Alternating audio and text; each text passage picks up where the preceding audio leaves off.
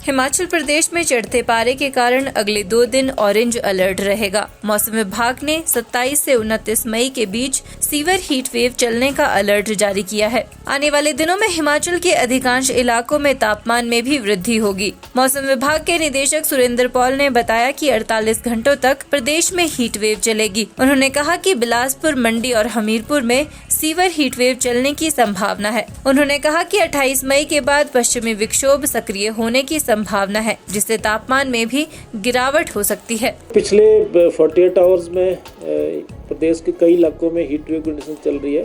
उसमें मुख्य तौर पर 6 जिले ऐसे हैं जहां तापमान 4 डिग्री या 5 डिग्री के आसपास है, और 3 जिले, जिला बिलासपुर, हमीरपुर और मंडी, यहाँ पे तापमान 6 डिग्री के आसपास क्रॉस कर चुका है सामान्य से।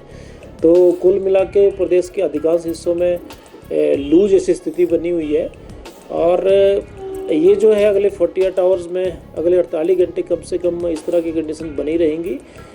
कई एरियाज़ में, कई जिलों में हीट वेव की जो कंडीशंस प्रिवेल करेगी, और कुछ जिलों में जो है सीवियर हीट वेव, जैसे हमने ऑरेंज अलर्ट रखा हुआ है, उसमें बिलासपुर, हमीरपुर और मंडी मुख्य तौर पर यहाँ पे सीवियर हीट वेव की चांसेस भी हैं।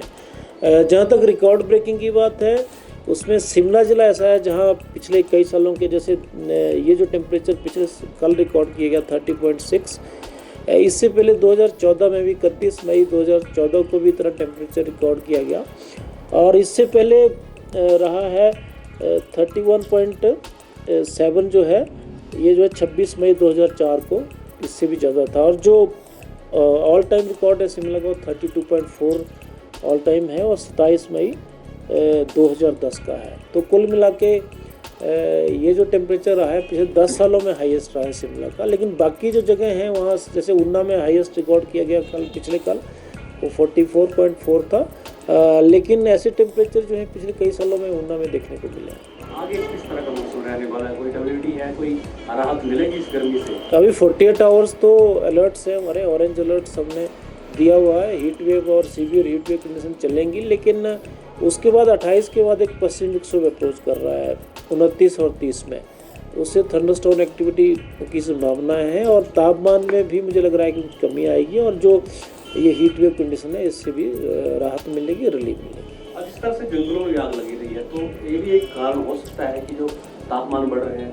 हाँ, देखिए ये बड़ा एक काफ़ी इम्पोर्टेंट फैक्टर, तापमान एक्चुअली डेफिनेटली कंट्रीब्यूट करते हैं, और आग को बढ़ने में वो रोल प्ले करते हैं, लेकिन इतने टेम्परेचर नहीं है कि अपने आप आग उससे लग जाए।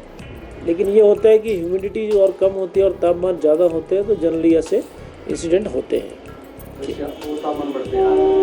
हाँ, आगे जो है तापमान, फिर अगर मान लीजिए कहीं पे आग लगती है तो ये तापमान आग को बढ़ाने में जो है हेल्प करते हैं, क्योंकि ऑलरेडी 40+ टेम्परेचर्स हैं, तो वो ज़रूर बात है कि जी अगले 48 घंटों में क्या टेम्परेचर इससे भी ज़्यादा राइज करने की संभावना है?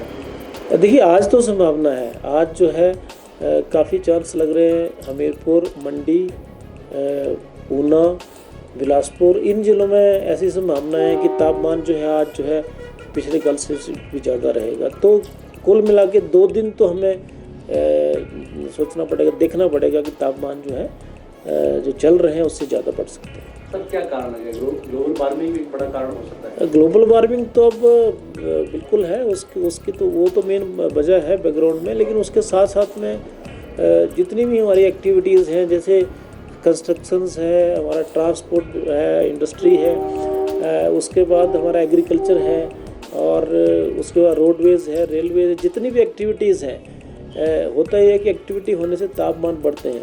तो ओवरऑल जहाँ भी एक्टिविटी चल रही है, डेवलपमेंटल एक्टिविटी चलती है, वो कहीं ना कहीं तापमान इंक्रीज करने में मदद करती है। हिमाचल न्यूज़ 24/7 के लिए शिमला से सपना शर्मा की रिपोर्ट।